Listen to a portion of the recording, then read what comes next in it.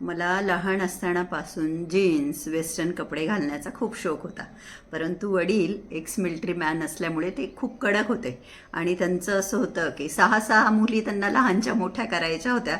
त्याच्यामुळे ते बोलले की माझ्या घरी आहे तोपर्यंत तुम्ही माझ्या मर्जीने राहा, लग्नानंतर तुम्हाला तुमचा नवरा जसं राहू देईल तसं तुम्ही राहा.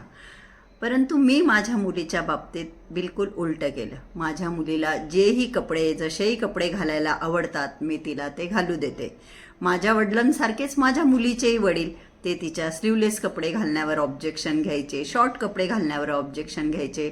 आणि मग मी त्यांना समजवलं की जोपर्यंत ती आपल्या घरी आहे आपण तिला तिच्या मर्जीप्रमाणे राहू नाही दिलं तर आपण आज नाही सांगू शकत की भविष्यामध्ये तिला तिच्या मर्जीचे कपडे घालता येतील की नाही येणार.